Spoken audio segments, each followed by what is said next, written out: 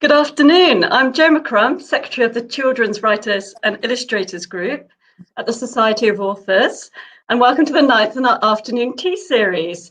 These sessions will run until mid-July and are free, but if you can afford to donate a few pounds to the Authors Emergency Fund to support authors in financial difficulty due to the health crisis, please visit our GoFundMe page, and there's a link in the chat bar on the right-hand side. I hope you've discovered the chat bar, because this is where you can post all your questions for later.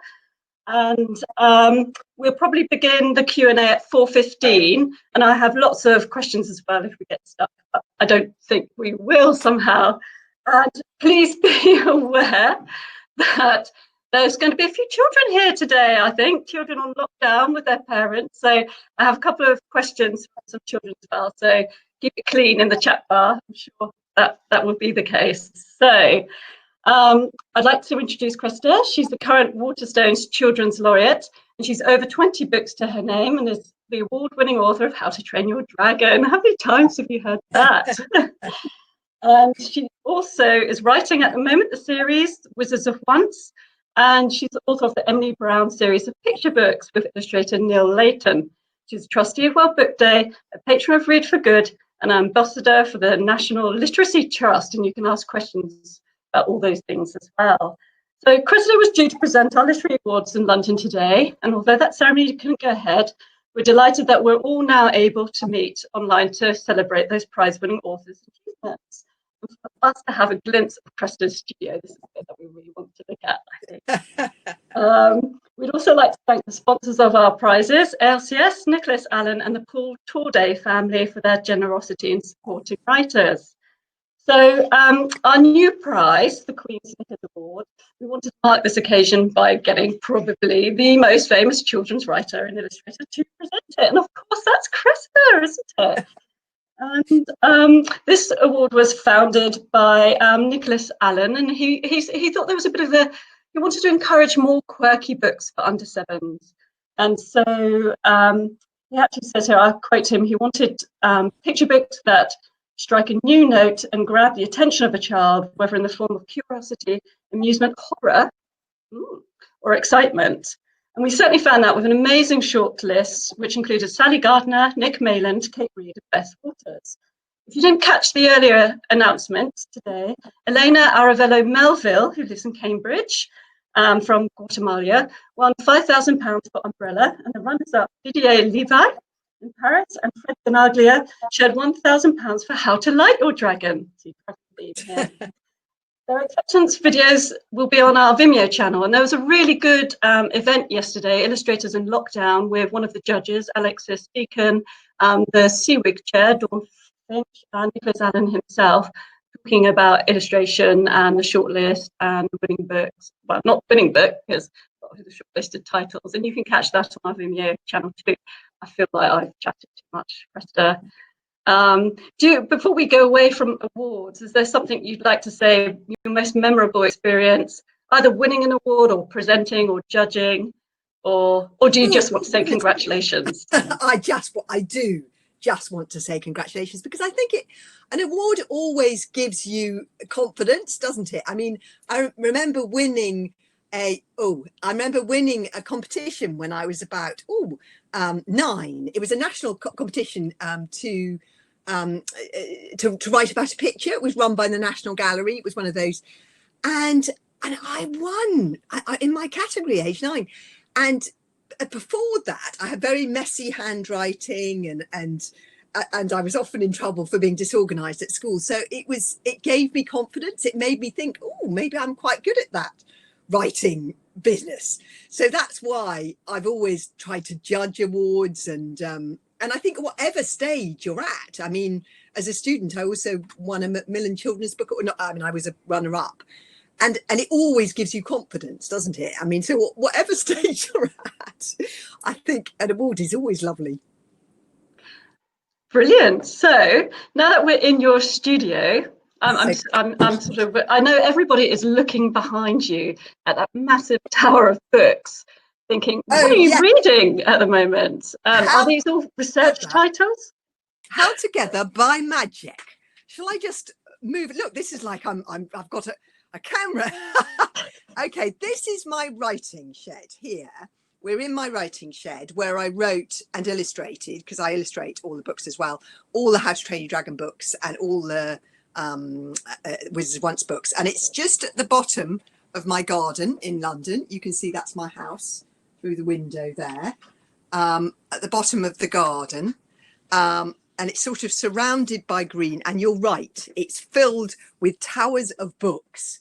That these ones here, these tower ones, are ones generally that I find inspiring for the books I'm writing, or books that I loved when I was a kid. Sword in the Stone, The Hobbit, Gerald Durrell, World of Pooh, but also things like the British Tree Guide, because Wizards of Once is all about wildwoods and getting children interested in trees. My dad was an environmentalist, and so I'm very keen on getting children interested in nature. I love books like, I probably got a Robert Macfarlane here, because I love his work. He's a nature writer. And so all of these, you know, Richard Maybe on weeds, and they're all sort of books here that I admire. Peter Pan, Wilding, you know, that I find, Waterlog, Roger Deakin, you know, so these are all books that I find inspiring for different reasons. Yeah. And then you'll have books here that I suppose these are some of them are children's books that I love. That is a book that I read recently, Hamnet, wonderful, Maggie O'Farrell, she's a great writer. Or things like, you know, different ones, Mudlarking. Here I've got another pile, you know, I want to read this one, Kick the Moon, Muhammad Khan, because he's for you know, for older children, teenagers. But I went on something with him, and he was just so interesting. I thought it'd be lovely to read his book. So it's a real mixture of books that I find inspiring, really. And are there any kind of objects or illustrations there as well that you find inspiring? Because I know obviously you must think very visually. So Yeah, I'm just peering past nosily at all your you must have a lot of dragon pictures, probably. oh yes. Is there any fan pictures there, or those ones are actually drawn? Those are from some of the books, and this this is a mixture of, this is Light Fury from the movies, which I love. Love the movies, which is very unusual for an author to love the movies that have been made out of their books so much. That doesn't happen. I've been astonishingly lucky with that. I really admire those movies, and I'm very close to the director and the producer, and so that's a reminder of that. This is my Toothless. That was made for me by, I had a wonderful exhibition at 7 Stories, you know, that museum, such a wonderful children's museum. And so these are all, and so then I also have photographs of, I mean, it's lovely also that I'm in the garden because nature inspires me so much. But I also have photographs of the places that inspired me very much. So somewhere, yes, this is the island that inspired the Isle of Burke, where Hiccup lives, which is a real little island where we used to go when I was a kid. We'd be dropped off by a local boatman and picked up again 2 weeks later. And so do you still go there? Yes. Yes, although my kids, teenagers. I expect they hate no Wi-Fi. Yeah, no Wi-Fi. And a lot of my books are about, you know, parent-child relationships. So I have pictures of my dad, or also, you know, this is my own children. All of, and I don't mean to, but these are all things that inspired me. This is my dad.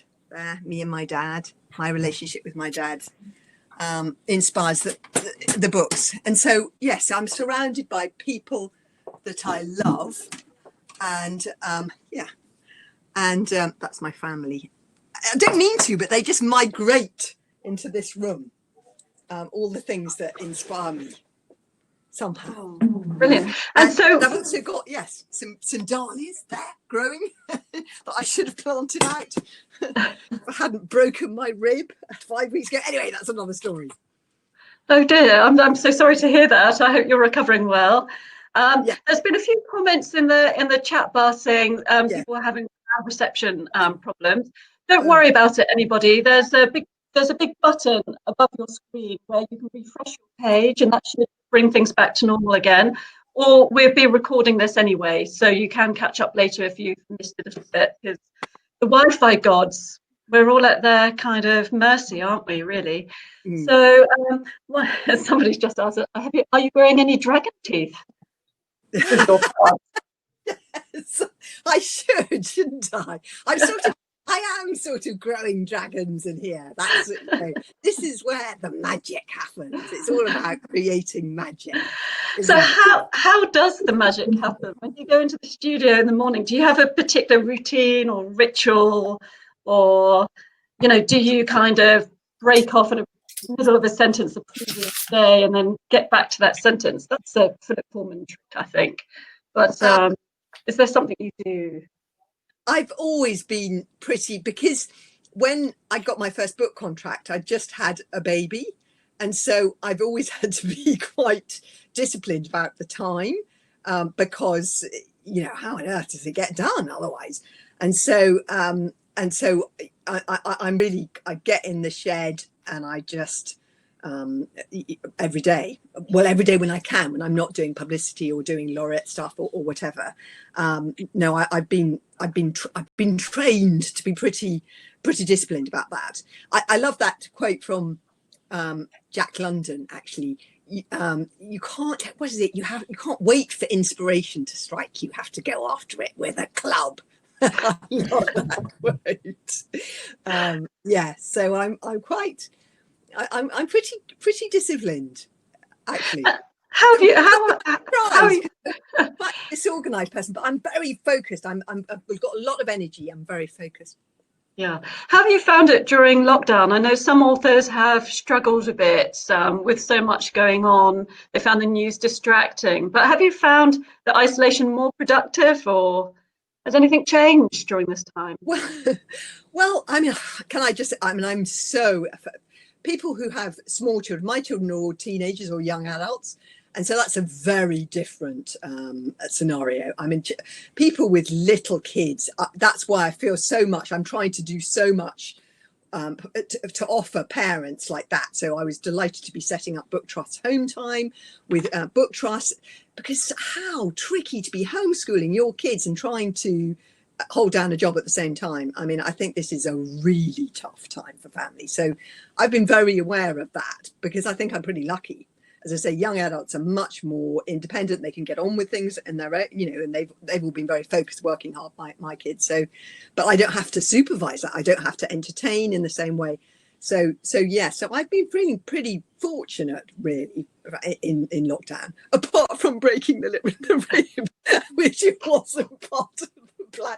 Even that did slow me down somewhat. I was climbing on this wall doing some gardening because I love my gardening, and fell off and broke my rib. So that did slow me down. But other than that, I mean, I think I've been very lucky because I'm very occupied and I've got lots to do in the laureate role. I've got masses to do. And I've been reading. I set up a lot of change. I set up a YouTube channel, which was very good for me because I'm a bit of a technophobe. And so I'm now reading How to Train Your Dragon every day, a chapter a day. And that's been lovely to do that. Again, thinking about maybe people who are feeling trapped, or kids. A book is a fantastic way of getting you out of feeling trapped. A book, I mean, in Wizards of Once, I have a sort of flying book, a spelling book, which sort of flies through the air like this. But that's what and has 1 million pages in it. But that's what all books are, really. You open a book and you're in another world. I open up The Hobbit, or A Wrinkle in Time. That's a wonderful one for any kids who are watching. And I'm suddenly in another planet. And so that's what I've been trying to do, using this really difficult time for children and families to read aloud and maybe get them into reading and listening to reading, because I think that's a way it's been shown it's really good for your mental health. And and what about drawing too? Oh well. Yeah. I've run to some drawing competitions as well on my YouTube channel. So yes, lots of I've done a couple now, and they're so imaginative. Kids are fantastic with the things that they come up, creating their own dragons and so yeah. So I've been trying to get kids into creating as well, using this as a creating time, because at school the curriculum is quite rigid, and it's not the teacher's fault. They're not wanting it to be like that, but there's so much for them to tick. So I've been pushing even before this for more creative time to be guarded for children. So again, I'm trying to use this opportunity to say, be creative. And personally, I'm doing lots of drawing. Yeah, all my drawings. This is the drawing. These are all the drawings for the new book that I'm drawing. Might as well show you, because I'm an illustrator as well. So yes, this is, you can probably give you a sneak peek here. Yeah, that's Wish. They're going down the mines there. The mine. Yes. And this is the enchanted spoon. Yeah, anyway, so I'm doing all these drawings all the time here for the last month. That's what I've been doing here. Yeah. And do you have any advice for any children or the writers watching about how to sort of what keeps you going when you feel stuck and when you have blocks or bad days? I know sometimes, everyone, no matter, you might be on a bit of a writing jag and then suddenly come to a screeching halt. How do you cope with that? I find that research is a fantastic. Research into your idea or into your world is a fantastic way to get over. Right, this is just me personally. So I will go on the internet and say I'm writing something about magic in Bronze Age Britain. I'll look up about Bronze Age Britain, or I look up about what people believed in over the centuries about magic.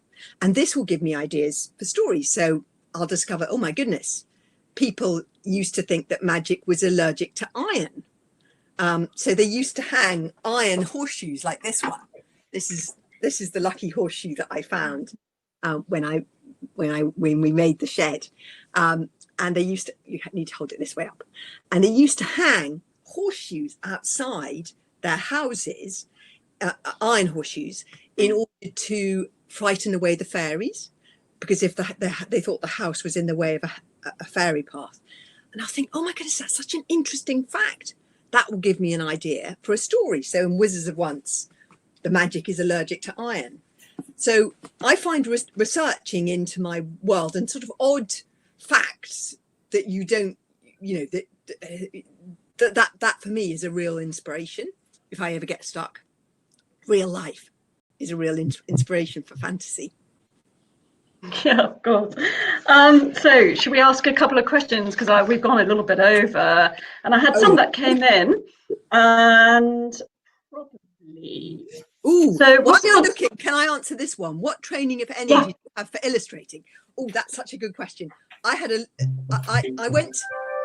read English at university, and then I went to art school, and so in fact I have in the end a BA and an MA in illustration, so I'm very overqualified. Yeah, but I'm not overqualified. I use what I do every day, and my second daughter Clemmy is also interested in art and English.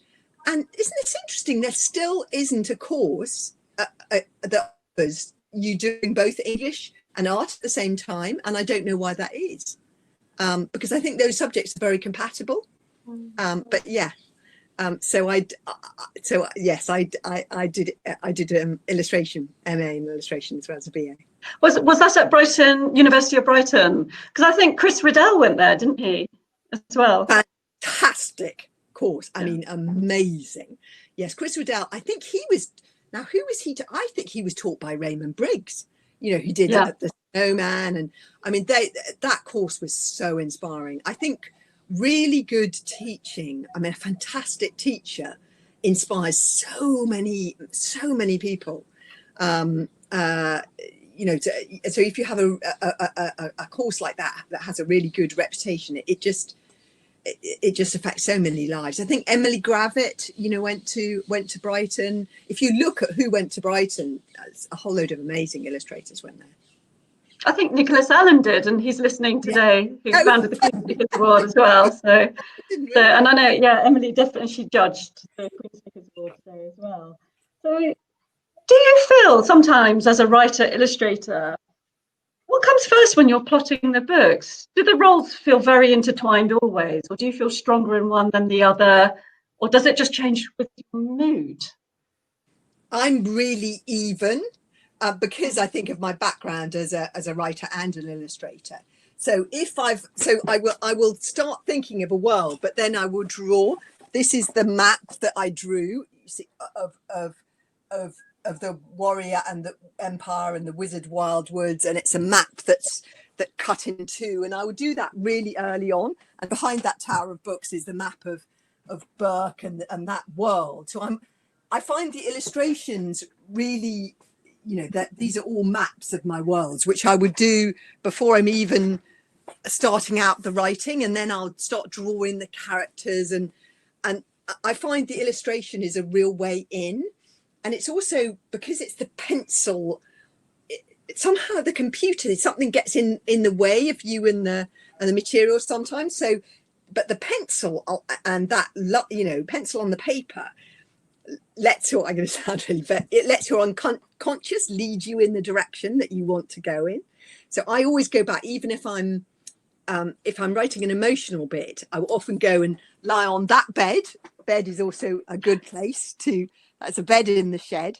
Bed is a good place for, I think, for imagination and for conjuring things up. So I'll go there and I'll get the paper out and I'll have the pencil on the paper, and the pencil will lead me into doing that emotional bit, because I like books that are and films that move you, that to make you think. I never dumb down for children, never dumb down, because children are so smart. So make you think, make you empathize. So I'm always talking about magic eyes, putting yourself in somebody else's skin, and make you creative. Magic hands, magic fingers, but also move you to kind of laugh, to cry. And so I'm always trying to do all of those things in these very small books, trying to get the whole range of emotions in there. And that does require, you have to be honest, you have to be truthful, you have to put yourself out there. And I find, going back to the pencil really helps me with that, to be emotional. I have a question from Vicky Argyle, and it also leads to another question Ben Derry has sent in. So Vicky asked, when you're talking about pencil versus computer, do you write longhand? And actually, Ben wanted to know that as well, whether you handwrite your stories when you're drafting them. And do you have good handwriting, he asks. And what did you say the last question? And do you have good handwriting? No, my handwriting is so scruffy. Look at this. This is just, I can barely read it. Look, this is me. This is me trying to say chapter 1, chapter 17. I've scribbled everything out. I was always in trouble for messy handwriting when I was little. That's why I've made Wish has the hero. She's actually also dyslexic, which I'm not actually dyslexic, but I really empathize with children who are, because I think if you have messy handwriting, or if you don't, I didn't fit in because I was so disorganized. I was always in trouble. And I think that can often be very dispiriting for children. So I want to give them heroes who they can understand that, your messy handwriting in the end doesn't matter. Being dyslexic doesn't matter. It's about your ideas, and I think children need to hear that a lot because it's so dispiriting. So no, I had very messy handwriting, and I still have very messy handwriting. And it's about your ideas, not your handwriting. I think there's a reason Ben asked that question, actually. Yeah. And he says he really loves your books, and they really appreciate your reading during the pandemic. So, that's the Derry family. over there. Lots of questions coming in about how did you find your writing style? And also, have you ever wanted, obviously, Neil Layton illustrates your books, but have you ever wanted anyone else to illustrate your books? Or have you ever wanted to illustrate another writer's books? There's a couple of questions there. I wish I wish there was more time in the world. That's the one thing I wish. If I'm wishing, I wish there was more time in the world, because of course I would love that. I mean, I just don't always have time. There's so many things I want to do all the time. Neil Layton, it's lovely getting your books illustrated by somebody who as wonderful as Neil, because it's like being given a gift. You know, he will take things. It's a bit like, in a different way, it's a bit like having the films made. They do things in the films that I might not have thought of with my own idea. And so I find it very exciting, as long as it's wonderful, you know, as long as they're still, you know, books that are wonderful and are imaginative and take you, and films that are wonderful. I think that's really exciting, because it's like having a surprise, you know. So I wish there was more time. There were a few comments from people. This is Gabrielle Malcolm and her sons, and they wanted to know what do you think about the difference between Toothless in the books and the way he was interpreted in the films? It sounds like you were happy. Oh, I love the films. I love the films. I didn't write. The reason why I didn't write the books to be made into films. That is not. I would never thought that. I think that books and films are different things. Books are all about language. They're all about words. Whereas films are about music and visuals, and, you know, so, you know, for instance, I think this is a good example. In the books, nobody rides on the back of a dragon until book 6, because in a book, riding on the back of the dragon is just a bunch of description. Imagine if there were 6 films and you didn't ride on the back of a dragon until film 6. It wouldn't really work. They're different mediums, yeah? And I love both mediums. I'm a book writer, though, and I really want books to survive. Films don't need me. Films are still surviving, whereas books need me. So I wrote the books to work as books rather than, that's why I have the Dragonese language, which didn't really work in the films, because you'd have to have subtitles, or it would have to be like Jar Jar Binks, and that's never a good plan. So I was very open to changes being made, as long as they were true to the heart of what I was trying to say, as long as they were about a different kind of a hero who solves problems not through punching them, but through his brain, through being clever, being creative. That's what Hiccup is. And I wanted Hiccup and Toothless's relationship to be like a sort of parent-child. So they kept all the things that I thought was important, but they just changed it to work as a film. And I think that's the sign of a magnificent adaptation. Other books might lend themselves more easily to a sort of straight book to film adaptation, but I don't think the 12 book series that I wrote, I think it needed to be changed, made into a film. A very quick question from Ivan. He wants to know whether Toothless was he inspired by a cat? He looks like a cat, he thinks. He does look like a cat. And what's interesting is that he was inspired by a cat in the books and also in the films. Different cats, obviously. When I was writing How to Train Your Dragon, my children were very little.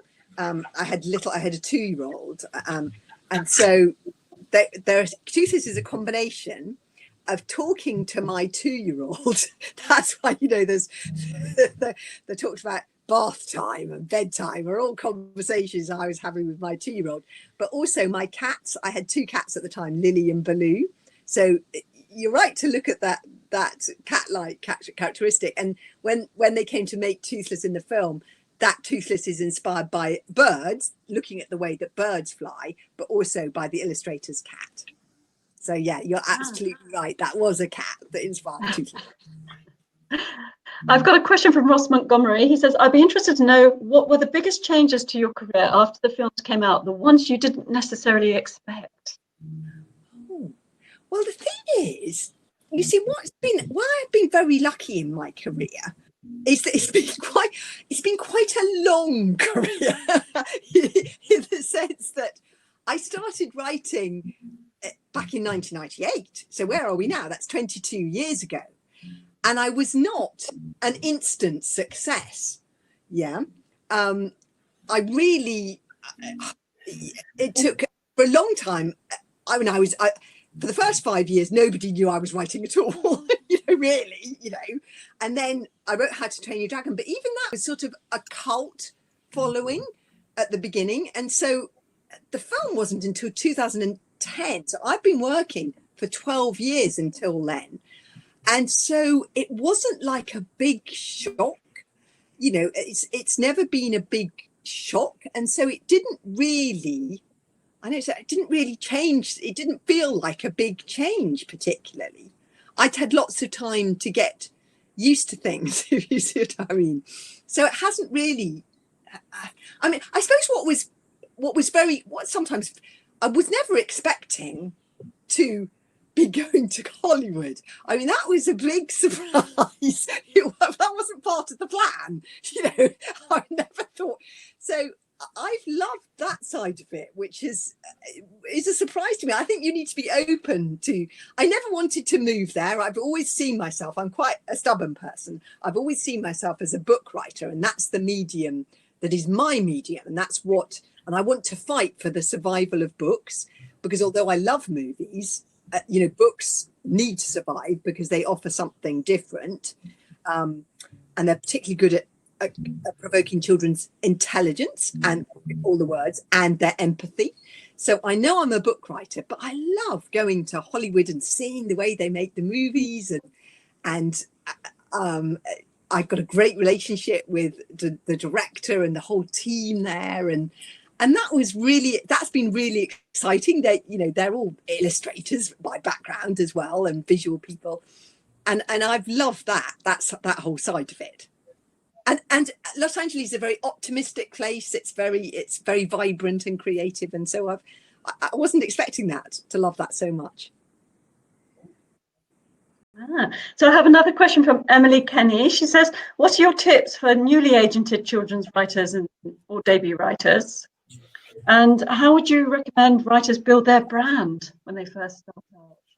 So I think before we went live, we were saying about the unexpected things you had to do as an author, all the kind of presentations and... I think that was something I never expected as well. I mean, doing all the, you think when you become a writer, you think it's going to be all about the books and the illustrations, and I wasn't. What in fact, if I look back on 22 years, is it's a lot of going into schools and talking to children and talking at festivals and doing all that side of things. And I think I've definitely gone with that. I've embraced that. But it's, I think that's tougher for people who are naturally more shy. It's not like that, I had to work on building my confidence on things, but I think that's a part of the job that I didn't realize. And I think it is something now that it's very difficult, I would say, to build your career without doing quite a bit of that. That's just my sort of instinct about that. I mean, maybe that wasn't 25, 30 years ago, it wasn't the case, but now definitely. I mean, I find that going into schools and meeting children is very inspirational, because you get that instant feedback. You can see what is working, you can see what they're laughing at, you can see. But so that's a side that definitely I would advise that you to try and embrace going into schools. And I mean, it's also an additional source of income for authors, which is highly important. And that's why this time is so tough for authors, because without that additional source of income. Yeah, I mean, lots of people have said about how much author visits in schools, how much they lead to children being so enthused and energized, and whole months of classwork, with teachers. And it's so sad now that all this has kind of stopped. And I hope that there's going to be sort of Arts Council support to help schools bring back the authors, because it would be a bit worrying if austerity meant that authors, schools couldn't afford authors anymore. So. Absolutely, and that's one of the key points on my Laureate Charter for precisely that.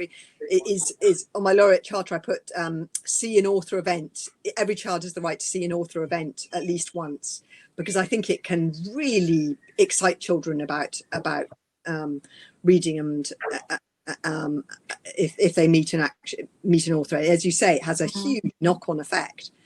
Teachers, tell me all the time what a big effect it has. So yes. Yeah, I suppose online is a kind of replacement, but they won't get that electric energy of seeing you in the flesh, I think. So I have a question from Bruno De Luca. He says, when you are writing a novel, do you enjoy the writing or editing process? Do I enjoy the writing or editing process more? Ooh, writing or editing? Great question. Writing. Well,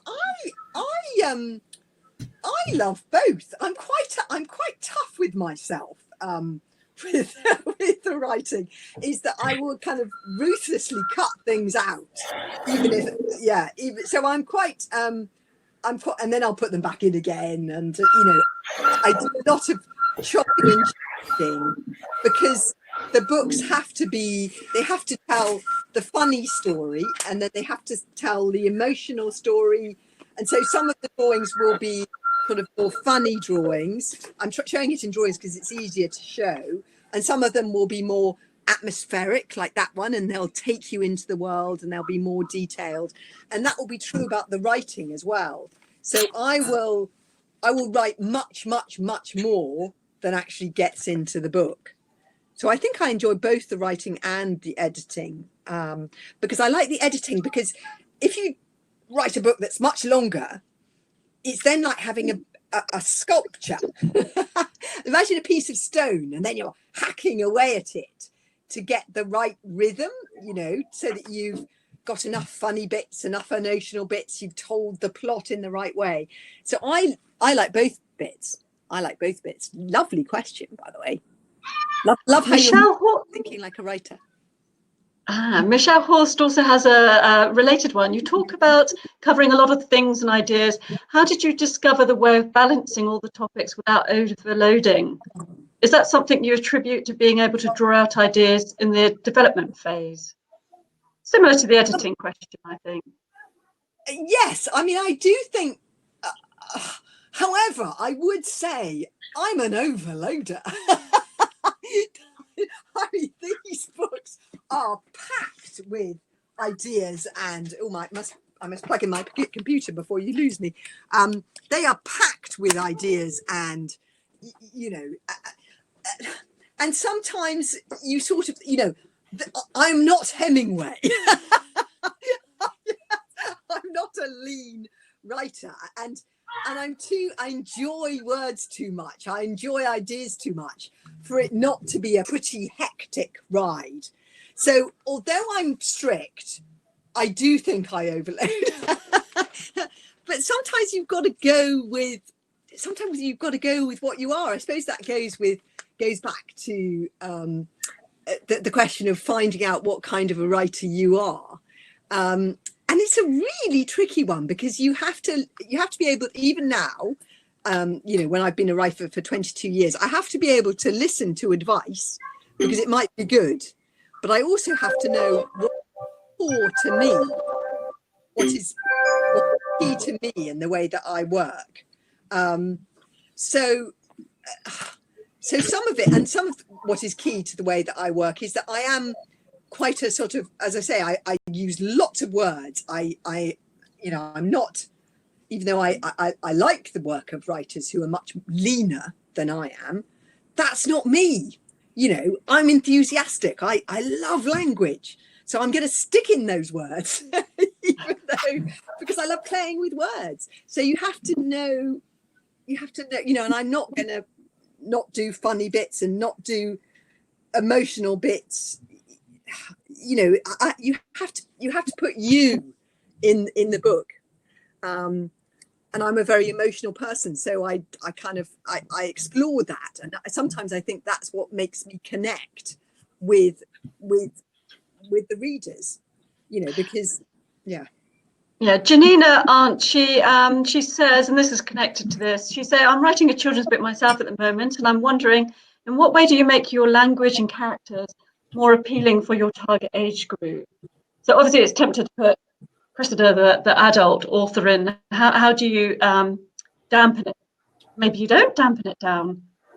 Well, that's interesting, because I don't consciously think like that. As I said, I really do not dumb down any of the ideas.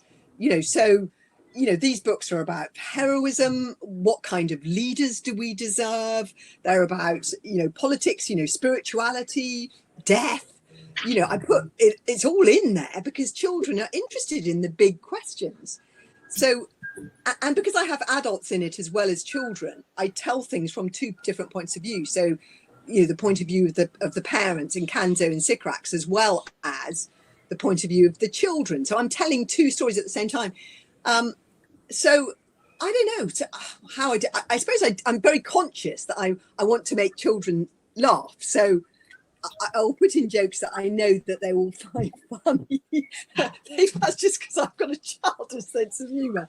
But I will also put in ideas that I know the adults will understand and will resonate with. And the children might not quite yet understand yet, but they will somewhere. It will also resonate with them. They will know it's important still. So a lot of the endings are quite adult facing, if you see what I mean. They're Hiccup looking back on his life, or it's the narrator reflecting on what's gone on in the story. But children will take that as long as you've made it funny and emotional enough for them as well. I think you can do both things at the same time. And answer the question. Yeah, I think so. Susie Bauer is asking, how long does it take you to write a book? It takes about once I've got the world and the world established, it takes about a year to write and illustrate. And it has to, because that's when everybody's expecting the next book to come out. Nothing like a deadline, but something like, I'll just show you. Look, Wizards of Once began as this book, the spelling book, yeah, and that spelling book began lots longer than it. That began about 5 years ago, before the book was published. I began collecting ideas in this book, you see, and little scribbly ideas. And very early on, I'm thinking of something like, look, back to the messy handwriting. Look at that. I am a character in this story who sees everything, knows everything. I will not tell you who I am. See if you can guess. And so even before I thought of the idea for the story, I'm already writing down bits that I'm going to use later on. Or I write a poem which never found its way into the book. So it's called Once Upon a Dark Time, when England was all wild wood and the woods were full of whispers and the eyes of witches stared from every hollow trunk. Yeah, that was a time of witches, witches good and witches bad, of fairies that tumble through. So you see, I'm working my way into the ideas of the book without really knowing what the plot is. And I'm drawing, that's the hero, the girl hero Wish. And I'm beginning to draw, yes, the sprites. And this is all before I really know what the story is or where I'm going. And that took 5 years, yeah. I'm drawing forests and snowcats, yeah, working my way into the world. Wow, that's such a privilege to see your workings there. That's really amazing. What a treat. I think it's now 4:45. We've been a bit naughty. So we have. We have. I'm going to ask you one last question. Go for it. I don't Go on mind then. being naughty. It's probably not going to be very hard, but is there anything, looking back, you would change about your career or any work that you've done? Are there any regrets? I'm not a big regretter. didn't think you would be. I'm not a big regretter, you know, because life's too short for it. I mean, I think you should learn from things, but I don't really regret much. You know, I tend to worry very much about the books when at the time, but not afterwards. I mean, I suppose this isn't a regret, but this is just an admiration for something that they did in the movies that I wish I'd done in the books, because I thought it was so much Hiccup's character. Is that when, you know, in the movie when he loses his leg, and that just felt so right. And I thought, I wish I'd had that idea. That was so clever. That was so Hiccupy. But maybe one day I will write another 30th How to Train Your Dragon book, and I'll put that in that bit, because I thought that was a really hiccupy moment, and I thought it was wonderful for there to be a hero.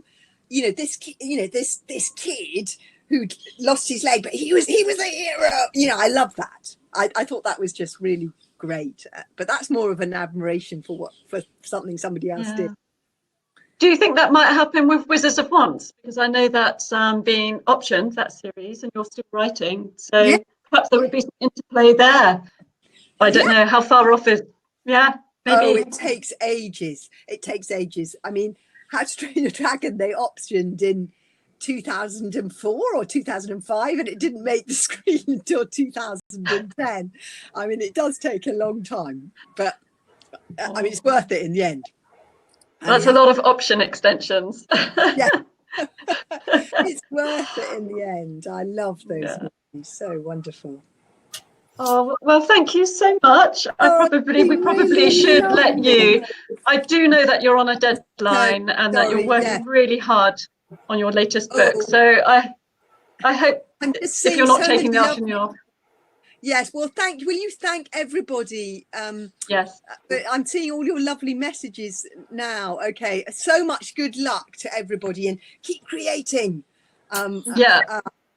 Everybody's found it really inspirational, and what we'll do is we'll send you over everyone's messages afterwards as well. We'll put them, I wish I could answer easily formatted, and and everyone can catch up with us and rewatch the video later. And thank you so much for everybody for coming today. Thank you, Cressida. Thank you for your questions. I'm now going to eject you. Oh, okay. I'm going to eject you, and I'm going to do more boring stuff, if that's okay. Thank you very much. Thank you. Goodbye. Jane. So you're just left with me now. And I'm just reminding you that all the sessions are free, but if you want to donate to the Authors Emergency Fund, you're welcome to do so. All the books in this year's shortlist are on sale with Blackwell's, and there's a link in the sidebar on our website to buy those books, and money goes to our contingency fund for authors as well. Next week is an opportunity for Bernie Norris. So spaces are still available, so see our website and you can book there. And if you'd like to continue the conversation today, you can use the festival hashtag SoA at home, and hopefully you can do a few more comments there. But I hope you enjoyed today. Wet, rainy afternoon, but what a vibrant lady Cressida is. I feel like a big ray of sunshine has come into life. So I do wish you all the best. Take care. Good luck with all your writing, and goodbye from me.